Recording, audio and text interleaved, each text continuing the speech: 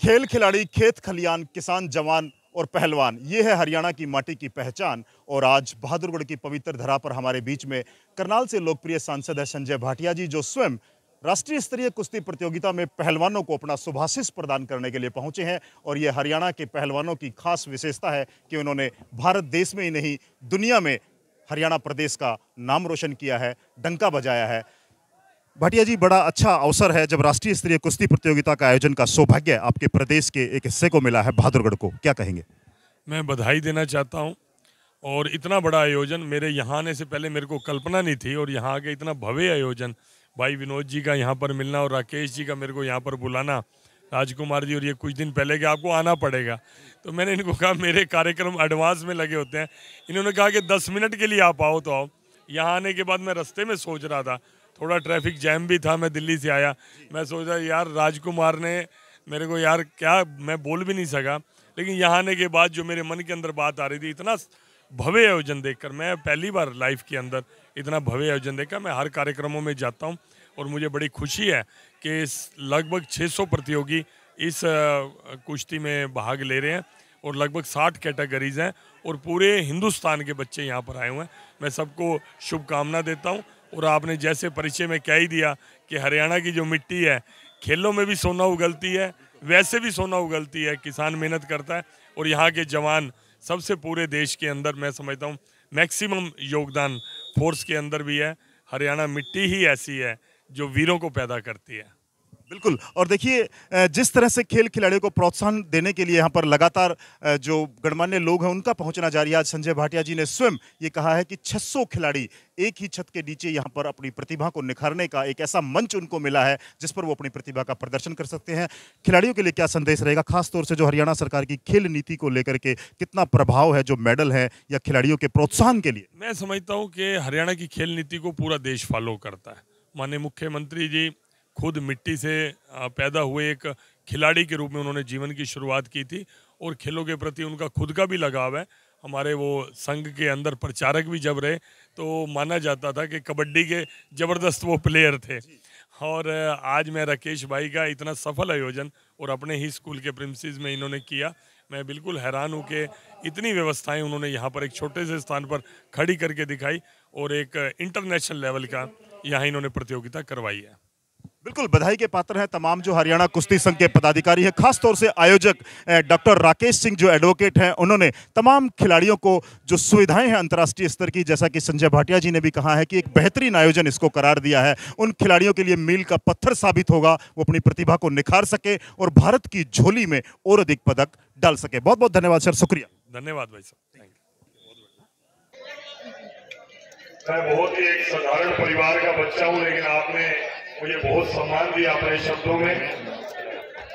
मैं धन्यवाद करना चाहूंगा भाई विनोद तोमर जी का कि उन्होंने कुश्ती संघ हरियाणा को ये मौका दिया, एक अंतर्राष्ट्रीय स्तर का आयोजन हमारा यहाँ पर हरियाणा की इस पवित्र माटी पर, इस वीर भूमि पर करने का मौका मेरे भाई राकेश कोच जी को दिया। और मैं धन्यवाद करना चाहूंगा भाई राकेश कोच का, जिन्होंने उस दिन पानीपत में सुबह घर पर आकर, और भाई राजकुमार जी साथ में थे, उन्होंने कहा कि संजय जी आपको आना ही पड़ेगा। मैंने उन्हें बताया कि मेरे आज के कार्यक्रम बने हुए हैं, 10-15 दिन पहले सारा प्रोग्राम बन जाता है, तो कहने लगे चाहे 5 मिनट के लिए भी आपको आना पड़ेगा। इनका भाव, इनका आग्रह देखकर मैंने कहा मैं जरूर आऊंगा, इसलिए आज मैं आपके बीच में खड़ा हूं।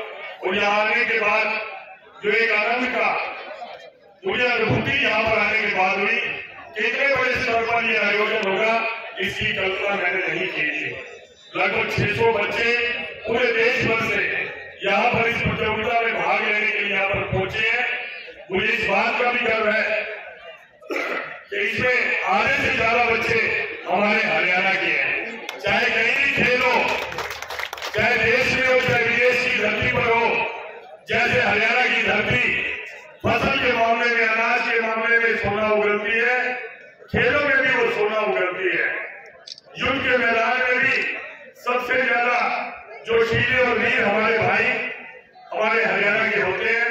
मैं अभी जब बच्चों के पास गया तो मुझे उन्होंने बताया कि मध्य प्रदेश का बच्चा था, और एक अपने हरियाणा का था।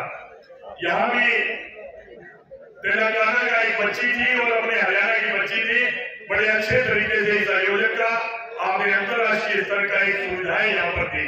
और यहाँ पर उनकी सपोर्ट में आने वाले हमारे यहाँ पर एसडीएम साहब यहाँ पर बैठे हैं, मनदीप शेरा जी बैठे हैं। और हमारे लिए बड़ी खुशी की बात है कि ओलंपियन और अर्जुन अवार्डी भाई अवतार पहलवान जी भी यहाँ पर हैं।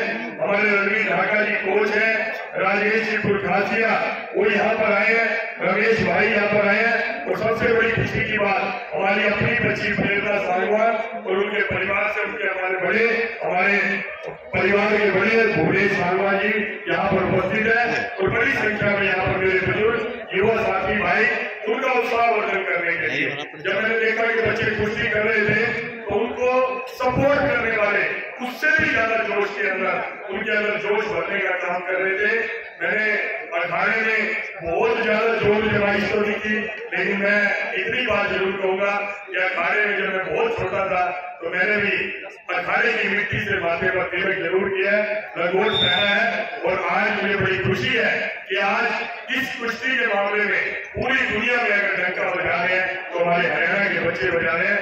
मैं पूरी शुभकामनाएं आप सब बच्चों को देता हूं कि स्वस्थ प्रतिस्पर्धा से अपने देश का, अपने प्रदेश का, अपने जिले का और अपने परिवार का और समाज का नाम ऊंचा करेंगे। इन शुभकामनाओं के साथ मैं अपनी वाणी को विराम देता हूं। और भाई राजेश ने बहुत बहुत बधाई दे रहा हूं, जबरदस्त। और मैं एक शख्सियत इस मौके पर जब मैं यहाँ पर बैठा था तो यहाँ हमारे बीच में पहुंची महामंडेश्वर स्वामी कृष्ण जी महाराज। मैंने आपका नाम बहुत सुना था, आपके मठ का नाम बहुत सुना था। आज साक्षात आपके दर्शन करने का मौका मिला और मुझे आपसे आशीर्वाद लेने का मौका मिला। मैं दिल की गहराइयों से एक बार फिर भाई राजेश कोच का धन्यवाद करता हूँ। बहुत बहुत धन्यवाद। नमस्कार।